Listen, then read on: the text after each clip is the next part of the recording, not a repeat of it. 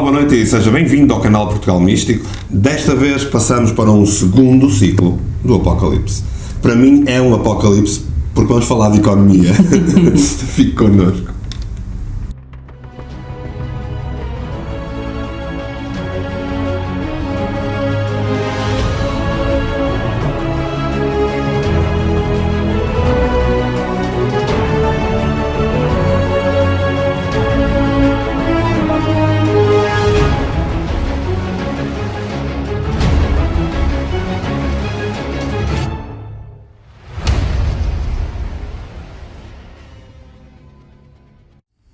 Ora então, bem-vindos a mais um vídeo do canal Portugal Místico. Se esteve lembrado, no vídeo anterior falámos do primeiro ciclo do Apocalipse, o ciclo das alterações climáticas. Sim. Vamos seguir então para outros ciclos. Nós temos que eram 3. Sim, falta-nos falar de mais 2.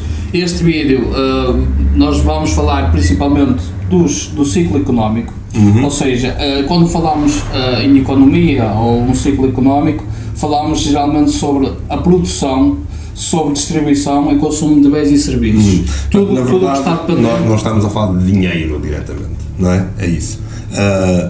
Mas é importante entendermos uma coisa. O ciclo anterior está ligado a este, Jorge. Sim, claro. Eles estão todos. Então, o que nós estamos a fazer é uma série sobre ciclos. Exato, são 3 ciclos essenciais às mudanças a nível social, a nível económico. Que, alegadamente, às pessoas parece um apocalipse. Na verdade, apocalipse quer dizer, em grego, vem de apocalipsis grego, que quer dizer revelação e não necessariamente o dia dos fins. Mas as pessoas, quando dizem que é um apocalipse, acham que é o dia dos fins. Como nós vimos no ciclo sobre as mudanças climáticas, as pessoas estão a viver o dia dos fins. Há mais de 30 anos a dizer que em 10 anos vamos morrer todos. Portanto, isto parece a nova religião e há sempre que está... Há sempre uma profecia de nós. E um profeta. Mas não podemos atirar pedras aos profetas, porque que atira primeiro a quem nunca pecou. Continuamos. Estamos neste segundo ciclo. Este segundo ciclo, como estavas a dizer, Jorge, muito bem, é um ciclo de economia, porém, quando falamos de economia, nós não vamos estar diretamente a falar de dinheiros, vamos estar a falar de pessoas, não é? Tudo aquilo que move pessoas, sim, sociedades. Porque a economia depende principalmente da atividade das pessoas. Desde o lado local, não é? Nas suas trocas, nas suas vendas, na compra de algum produto que seja de maior necessidade. Portanto, mas é isto que faz fluir a economia. Portanto, tem a ver com a economia das compras, das vendas, do estar e não estar em sociedade, mas tem também a ver com aquilo que há fluxos, os estoques das coisas que são feitas, as coisas que são produzidas, as coisas que estão disponíveis às pessoas e até mesmo a usura, não é?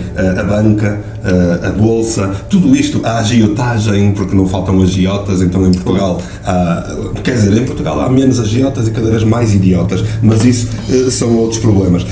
Na nossa sociedade, então, tu dizes que nós vivemos economicamente em ciclos. Sim, sim. Okay.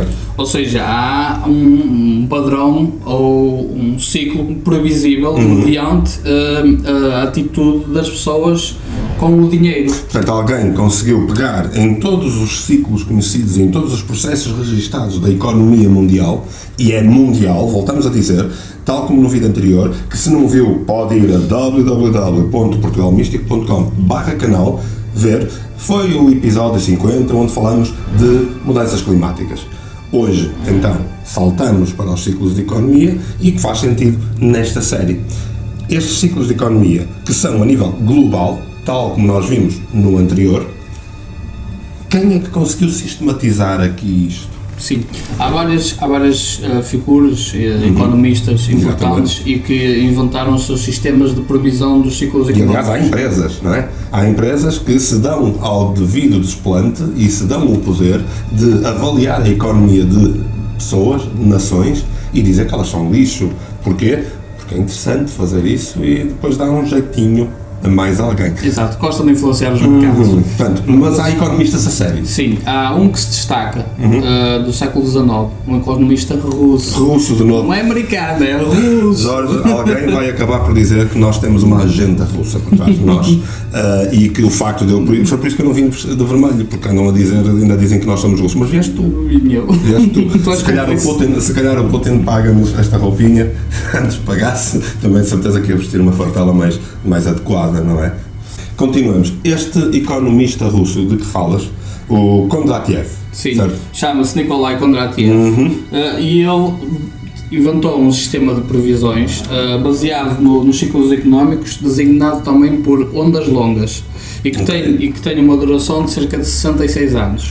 Portanto, ele consegue avaliar todos os ciclos da economia global dentro de ciclos que se repetem constantemente, ciclos esses que são ciclos de ondas longas, como dizes, de 66 anos aproximadamente. Exato. E o sistema de previsões destes ciclos económicos aplica-se não só a economias locais, mas também a uma grande escala. E já falamos de nações a nível global. Pequenas famílias, curiosamente. Porque se olhares para o processo económico de pequenas famílias, também, obviamente, que as nações duram mais tempo do que as pequenas famílias. E não é fácil de efetuar uma análise de 66 anos numa pequena família, de um ciclo de uma pequena família. No entanto, as famílias vão atrás do momento cíclico em que está a nação, e a nação vai atrás do momento cíclico em que está, de facto, o globo. Exato.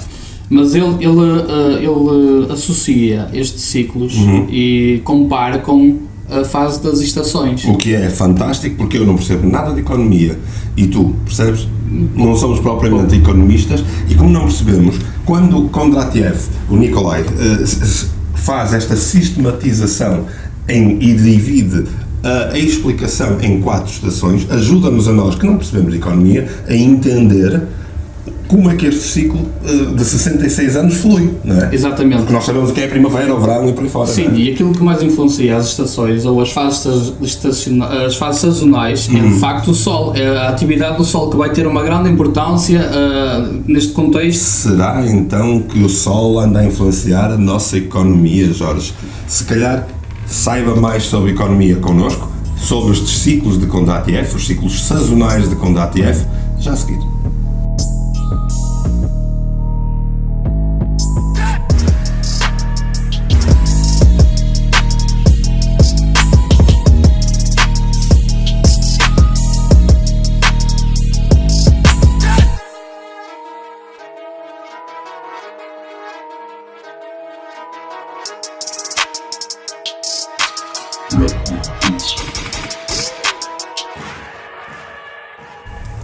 Segundo o Kondratiev, estes ciclos sazonais de Kondratiev, segundo estes ciclos, de 66 anos aproximadamente, nós acabamos um ciclo há pouco tempo, certo?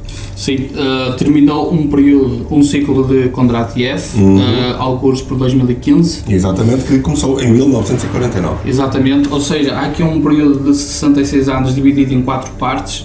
Como pode ir vendo, enquanto nós vamos falando, vai poder ir acompanhando no nosso plasma na parede, este plasma fantástico que nós temos aqui, e vai poder avaliar também cada um dos ciclos enquanto nós vamos falando sobre eles. Exato. Para entender, não é uma aula de economia de todo, nós não somos experts, mas é com um bom intuito de lhe fazer passar esta ideia do que é estes ciclos económicos. Sim. E se tivermos em atenção às fases sazonais, então podemos perceber que na primavera há uma espécie de boom, uma explosão de vida. A tal que começa em 1949. Exato. Não é? E que associa-se então aqui a uma estagflação deste ciclo, ou seja, há aqui um arranque da economia, as coisas começam a melhorar consideravelmente, não de uma forma muito exponencial. No fundo, mas esta fase, esta primavera, é uma primavera em que a inflação começa a arrancar, deixa de estar estagnada, daí economicamente se chamar a isto estagflação, e os mercados começam a reagir, as crises começam a abanar, e não é à toa que se costuma dizer que em processos de crise as coisas melhoram. Exato. Aqui o consumismo começa a disparar, a inflação também aumenta e há uma maior reposição de estoques de bens de maior necessidade, ou de alimentos, ou de bebidas. bebidas. Os estoques até se renovam, é uma das alturas em que há mais invenções, que depois vamos poder ligar até com o vídeo que se segue. E há uma das alturas em que mais se inventam coisas, e isso vai renovar também necessariamente os estoques. Exato. E depois, entramos ali em 1966 e inicia o verão. O verão, exatamente. O verão deste ciclo. Exato. Aqui também há uma maior inflação. Aliás, é o ponto de inflação total, não é? Sim, e tal como o verão, em que o sol brilha mais e há aqueles dias mais acelerados, mais quentes, mais energéticos, aqui o mercado também começa a reagir. Exatamente. Ou seja, nota-se uma maior atividade. Aliás, as coisas atingem picos. se for acompanhando, as coisas atingem picos, há uma provocação, até se costuma dizer que esta é a época das vacas gordas, não é? Se lembrar ou se recordar de tempos após, sensivelmente após 66, vai notar que foi o grande boom da venda de muita coisa, os carros, as casas, tudo a partir daí. Então a década de 70 é o epítome do consumismo que vem exatamente nesse processo. Portanto, se nós olharmos, os juros começam a ficar altos porque as pessoas começam a comprar. Sim, as dívidas também aumentam, ou seja, há mais facilidade nações. E poder de compra. As próprias nações endividam-se constantemente numa fase assim, porque está tudo a comprar, e então há que endividar, há que fazer mais, há que comprar a prestações. Exato. Não é? E depois entramos ali em 1980 e em 1980 entramos neste outono. Este outono já entramos na verdadeira desinflação, a queda da folha, como estava a dizer. Sim, aqui já se nota um declínio da economia, ou seja, perde força, as pessoas não consomem tanto, os juros começam a baixar, o crédito começa a disparar, ou seja, há tipo aliás, este crédito dispara que ele já vinha antes por causa da tendência consumista. Exato, a inflação começa aqui a reagir, os mercados reagem. E curiosamente, se notar, a partir de 1980 foi quando na Europa, a Europa se decide juntar para ser mais forte. Aliás, nós em 1986 entramos para a Comunidade Europeia, portanto a Europa tenta reagir a este processo típico do outono. Mas já se nota um aperto, mesmo na bolsa das famílias, nota-se que as coisas começam a apertar. Exatamente, aliás, a bolsa, a própria bolsa mundial também começa a ter rápidas subidas, porque as pessoas estão a comprar, mas como há créditos mal parados, crasham. Exatamente. E depois há vários crashes, aliás, houve imensos crashes. Isto também tem muito a ver com os exageros do verão destes ciclos, ou seja, porque como há uma certa volatilidade dos mercados, ou como os mercados não têm propriamente um controlo, assim como as dívidas e os créditos, então este período vai significar a causa dessas reações ao mercado. Sem dúvida. Ora, entra-se num inverno económico, numa deflação. Não lhe vou saber explicar ao pormenor qual é a diferença entre a desinflação e a deflação. De qualquer das maneiras, nada melhor do que perguntar ao tio Google, ele sabe tudo, até onde tenha andado nas últimas semanas, portanto, é só perguntar ao tio Google. De qualquer das maneiras, uma coisa é certa, este inverno vai congelar as economias, certo? Sim, o que se nota no inverno é de facto as crises da banca, não no inverno de estação, mas no inverno económico. Nota-se mais crises na banca. Sem dúvida. Os preços também baixam, porque há uma espécie de baixar o... Eu ia baixar as calças. Então, neste inverno, o que é que nós podemos ver?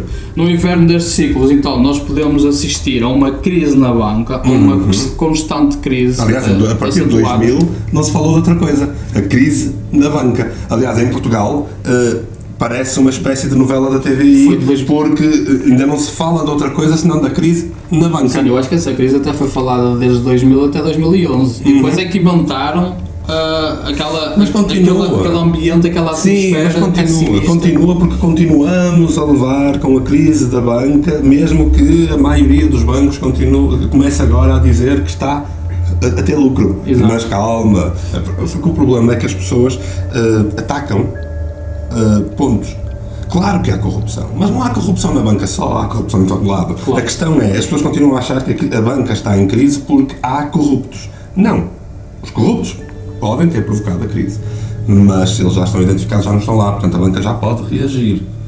As coisas têm que... E depois, à portuguesa, não é? O lado judicial demora tanto tempo que parece que ainda estamos no ano 2000. Exato, a lidar com a crise bancária. Não deixa de ser cíclico. Sim, se formos a ver. E além do mais, nestes ciclos também nota-se muito os empregos a disparar. Exatamente. Os preços também baixam porque as pessoas, a maior parte está endividada e também não tem tanto poder de compra. E os estoques vão ficar todos nas empresas. Exato. As empresas querem vender e não vendem. E os estoques começam a acumular. Que curiosamente, em Portugal, é muito notório isso, porque nós podemos olhar para a nossa realidade. E se olhar para a realidade portuguesa, a partir de facto de 2000 até 2015, foi o apanágio da crise, não é? E não só o apanágio da crise, como toda a gente a sentir essa crise a ir ao bolso Sim, e a tratar das coisas. Sentiu-se também na Europa, com aquela história da Troika, com os países a endividarem-se e a pedir dinheiro ao FMI, por exemplo. Houve aqui um aperto muito, muito exagerado aqui na Europa. Mas isto foi até 2015.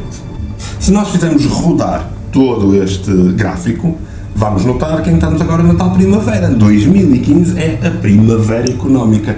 Mas nós já não podemos, ainda não se nota. Só estamos nisto há 4 anos, portanto não se nota esta primavera já. Vai-se notando. Já ouves falar, já tens notícias nos mídias de uma ligeira recuperação da economia, principalmente. Mas isso foi o governo que fez.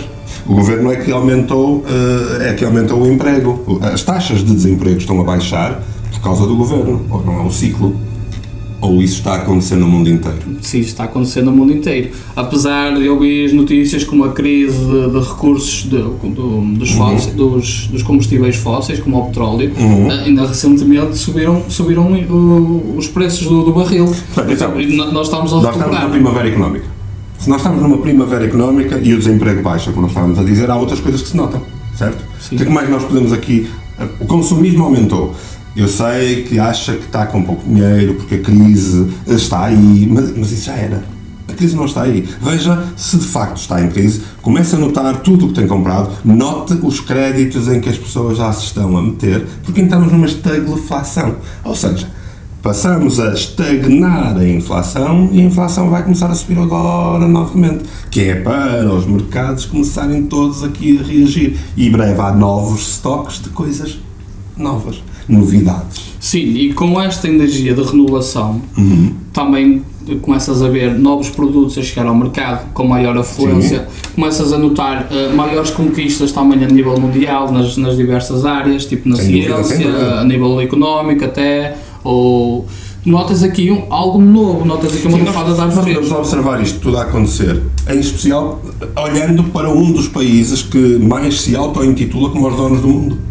Os Estados Unidos. Os Estados Unidos entraram num boom económico a partir de 2015 e que foi notório já naquela reta final do Barack Obama, e entraram num boom económico mesmo apesar de terem aquela aventesma como presidente agora. E tens a Rússia também a estabelecer contratos com outras nações a nível de armamento ou de distribuição de recursos naturais. Tens a Índia a ter dinheiro para enviar coisas para a Lua. Sim, viu-se muitas parcerias, principalmente neste ano, a nível económico. Sim, desde 2015 tu até viste nascer os BRICS. Portanto, viste nascer acordos económicos que fizeram com que as nações fossem catapultadas para o boom económico em que estamos. Aliás, isto chega a tal maneira que há movimentos sociais que vão tender a inflacionar os mercados. Temos o Brexit, por exemplo, que é um movimento europeu para abanar os mercados europeus. Isto vai não só abanar, como vai também inflacionar os mercados. Exato. Isto vai trazer também aqui mudanças na Europa, porque se o Brexit, ou quando o Brexit acontecer, há países que vão ter mais poder. Sim, tu até disseste bem, se acontecer. Sim. Nós andamos nesta novela também, aquilo já é meio shakespeariano, não é? Aquilo já é assim, uma cena de ser ou não ser, Brexit. Bem, isto é bom ou é mau? Estas mudanças são corretas ou incorretas? São naturais. Ora, independentemente da atividade que nós, ou do exercício que nós fazemos a nível económico, isto acaba por ser natural. É a nossa reação aos ciclos naturais. Ou seja, se eu reagir a uma deflação, eu crio uma estagflação.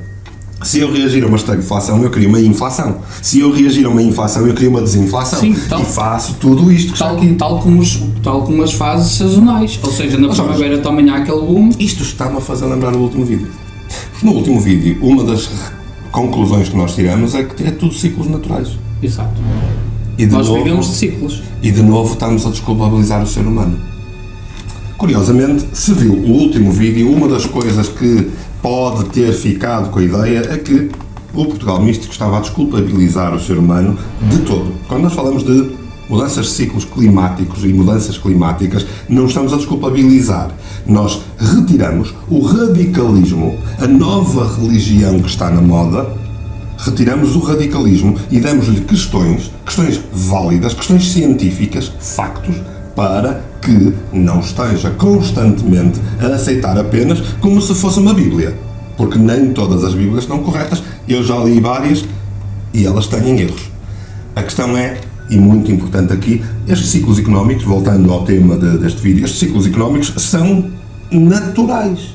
Sim. Portanto, porque são reações às reações. Curiosamente, uma das coisas que nós também vimos no outro vídeo é que estes ciclos batem constantemente num sítio. Está-se a criar aqui um ponto de convergência. Não só são importantes, porque definem os ritmos da nossa civilização, a nível económico, de conflitos humanos e ambientais. Não só isso é importante, mas como eles estão a chegar a um ponto de convergência neste momento. Porque agora, nós podemos fazer uma coisa. Podemos então ver se é natural. Porque é que as pessoas continuam a dizer... Porque toda a gente acha que nós estamos em crise.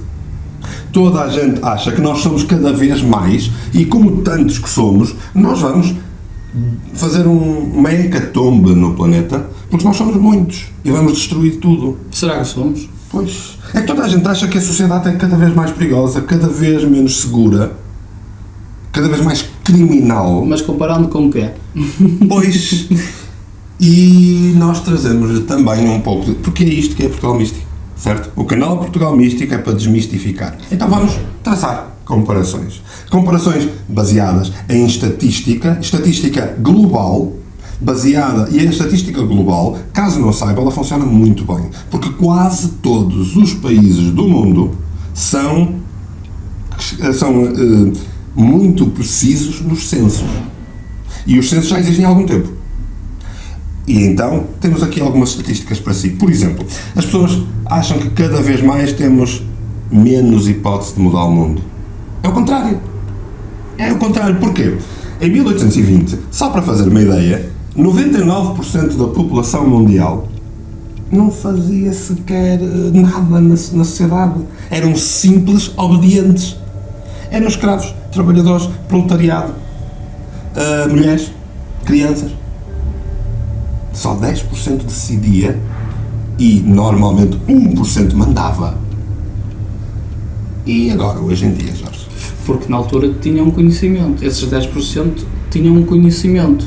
Que a grande maioria não tinha, mesmo pela taxa de analfabetos que havia na altura. Mas 99% da população mundial era simplesmente obediente.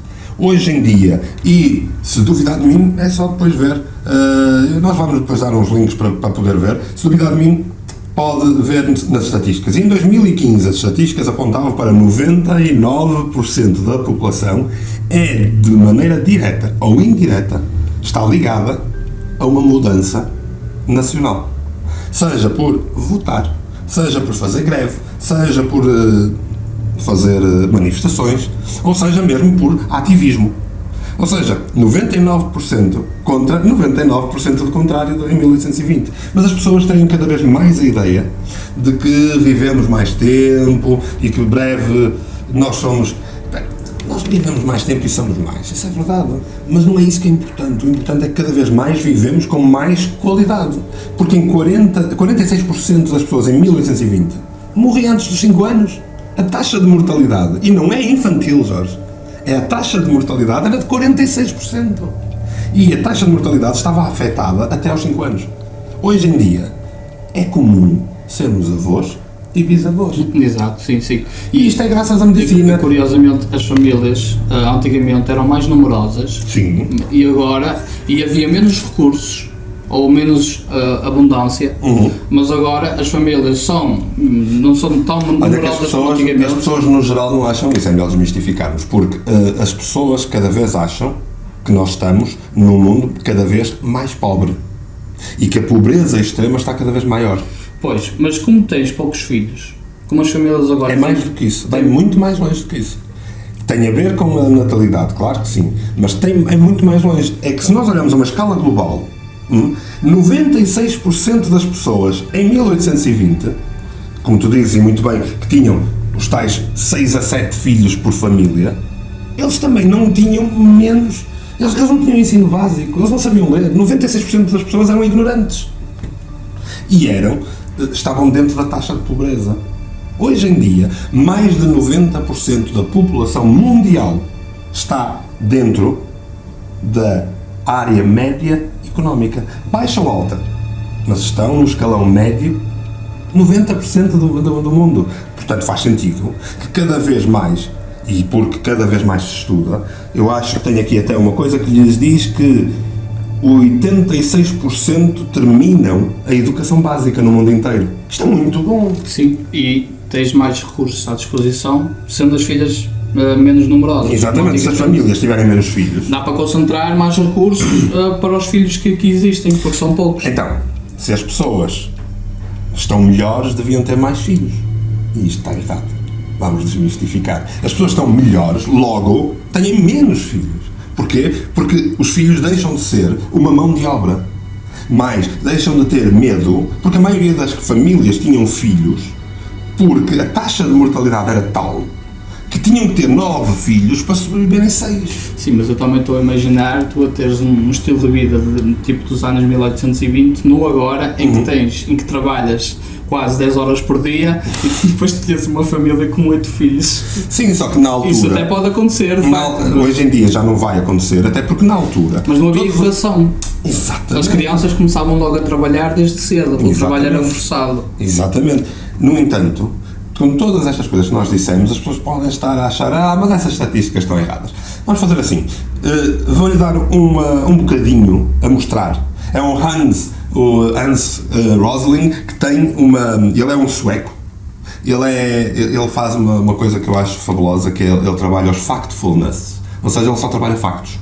E ele gosta de desmistificar, tal como nós fazemos aqui, com uma diferença. Nós não somos cientistas, ele é. Não só é cientista como é médico. E, além disso tudo, é um médico viajado. Ele já esteve em Moçambique como médico, ele já esteve em vários sítios. Ele dava, infelizmente já faleceu, dava imensas palestras pelo mundo inteiro sobre exatamente este factfulness. Dava exatamente palestras a explicar às pessoas que, infelizmente, para elas só estão a ser manipuladas pelos mídia, a acharem que estão em crise, a acharem que estão piores, estão mais seguras. Por exemplo, mais seguras e mais desprotegidas é o que as pessoas acham que as sociedades são cada vez piores.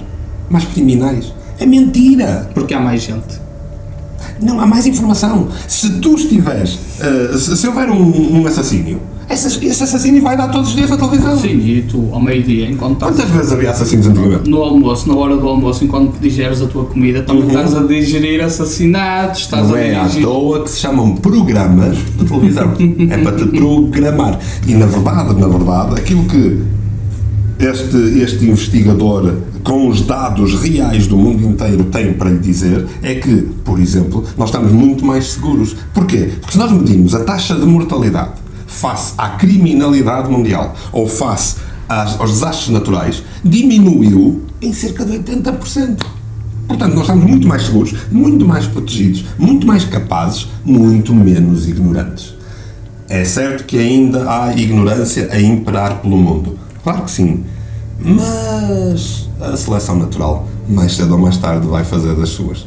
Eu acho. So, here we go. First, an axis for health. Life expectancy. From 25 years to 75 years. And down here, an axis for wealth. Income per person. $400, $4,000, and $40,000. So, down here is poor and sick. And up here is rich and healthy. Now, I'm going to show you the world 200 years ago, in 1810. Here come all the countries. Europe brown, Asia red, Middle East green, Africa south of Sahara blue, and the Americas yellow. And the size of the country bubble showed the size of the population. And in 1810, it was pretty crowded down there, wasn't it? All countries were sick and poor. Life expectancy were below 40 in all countries. And only UK and the Netherlands were slightly better off, but not much. And now, why start the world?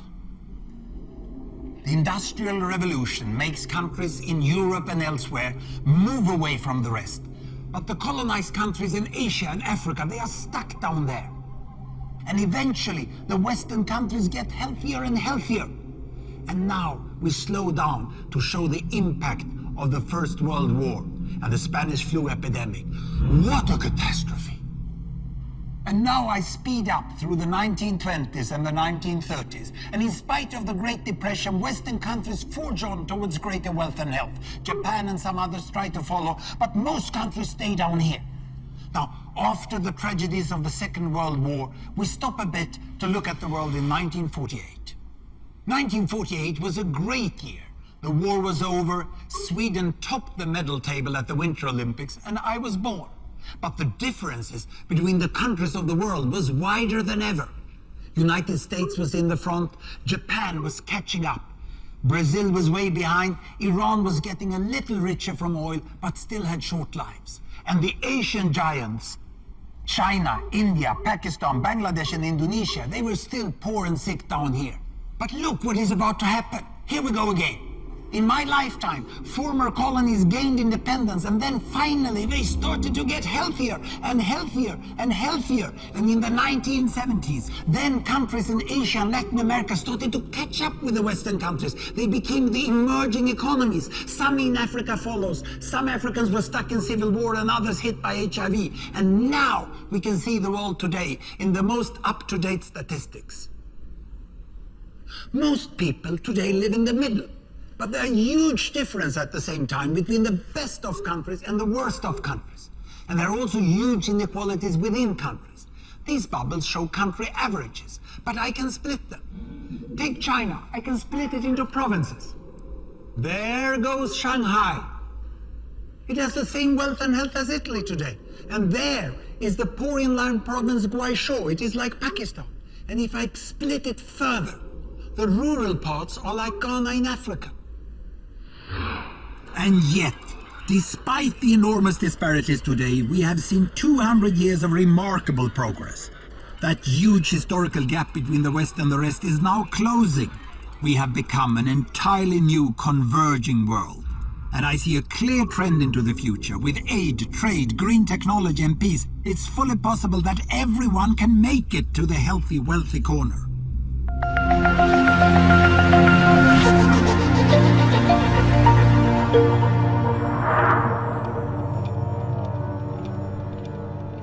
Pronto, tal como foi falado, então, nós estamos exatamente no ciclo da primavera, falando deste sistema de previsão de Nikolai Kondratiev. Isto é suposto que aconteça até 2030, mais ou menos, aproximadamente, isto nunca é certo. Exatamente. Sim, o que quer dizer que as coisas só podem melhorar a partir daqui.